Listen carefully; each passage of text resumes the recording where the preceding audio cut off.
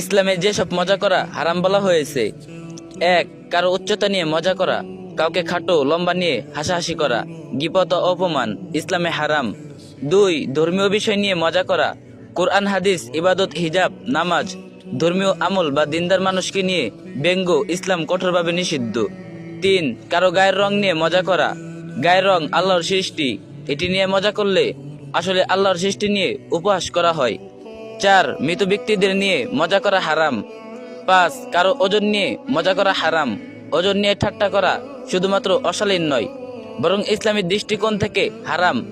7. কাজ নিয়ে মজা করা হারাম, কাজ বা শারীরিক অবস্থান নিয়ে অন্যকে হাসানোর চেষ্টা করা হারাম হতে পারে, বিশেষ করে যদি সেটা অপমানজনক হয়। এই ভিডিওটি অন্যজনের সাথে শেয়ার করুন, আর যে যেতে পারেন কপি লিংক করে দিন। وينشط ذاك السقيم